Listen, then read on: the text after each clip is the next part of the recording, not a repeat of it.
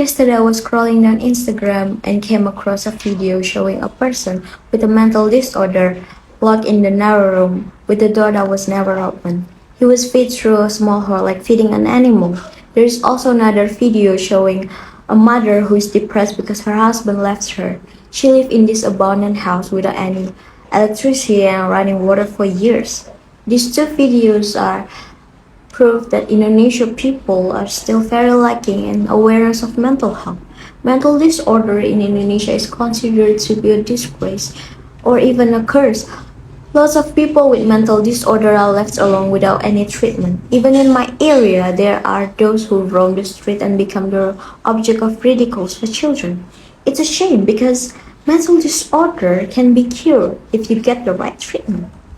The pandemic that we have experienced for more than 2 years has also increased the number of depression caused by quarantine. Periods of quarantine and self-isolation leads to loneliness, which can lead to suicidal thoughts. The sudden life changes and the many health and financial fears created by the pandemic have resulted in high rates of depression, distress, and loneliness.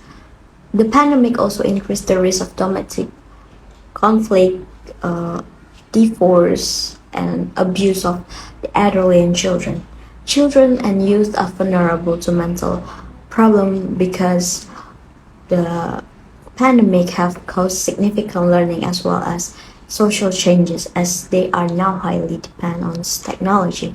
The good news is the mental health is increasingly being highlighted, especially by teenagers. More and more campaign about mental health make sufferers no longer ashamed to admit they have a mental disorder. However, the more mental health is highlighted, the more mental health inequality is seen in Indonesia.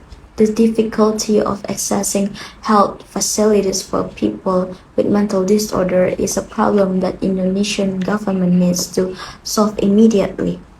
Knowledge of mental health issues that have not reached all levels of society due to lack of outreach from the government. Today's mental health problem cannot be longer be underestimated. The government must act immediately to create a special program to deal with mental disorder and educate the public about importance of maintaining mental health. Thank you.